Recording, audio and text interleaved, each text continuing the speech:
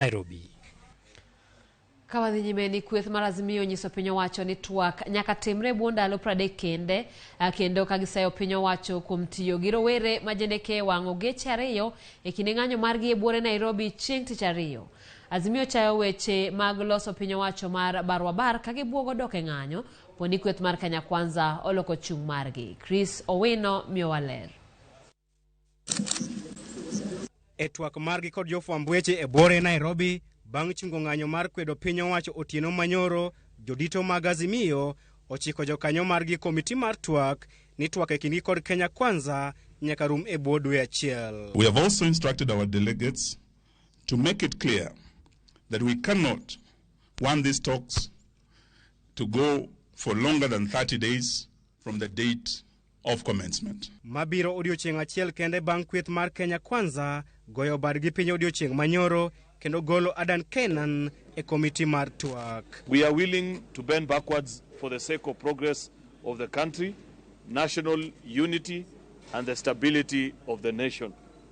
We have therefore consulted with Mheshimiwa Adan Kenan and the coalition's leadership, and the Honorable Adan Kenan has graciously agreed to recuse himself in the greater interest of this country and the exercise that is before the bipartisan committee so that we can make progress.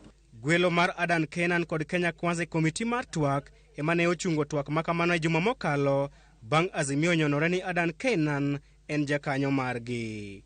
Kata odoko ni gichungo ng'anyo margi, Azimio olando mar dhi nyime kod romo kod jopiny kokalo e romo mag siasa. The threats notwithstanding, we will continue with our engagements with other people through town hall meetings and other avenues to continue educating our people on the issues as our delegates engage in the talks. Azimio bende pod onyonore ni twak e kindgi kod Kenya Kwanza nyaka biti mana oko mar od bura kaka yo mar kawo pach kweth mopogore opogore. We still believe the talks cannot be driven entirely, and this is a very important point that had been raised much earlier, that the talks cannot be driven entirely and exclusively through a parliamentary process.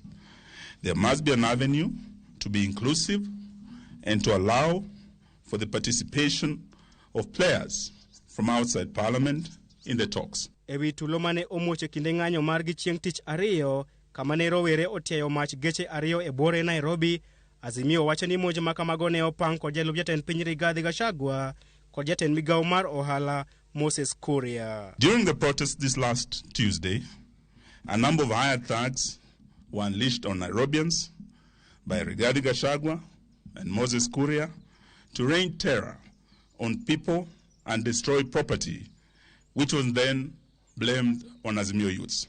Katodoko ni kweth mar Kenya Kwanza osebedo katudo ng'anyo mag Azimio kod chenro mar loso piny owacho mar barwabar. Azimio kuom thuolo machielo owacho ni gionge kod dwaro mar donjo e piny owacho. Chris Owino, Ramogi TV, Nairobi. Erokamano Chris akwam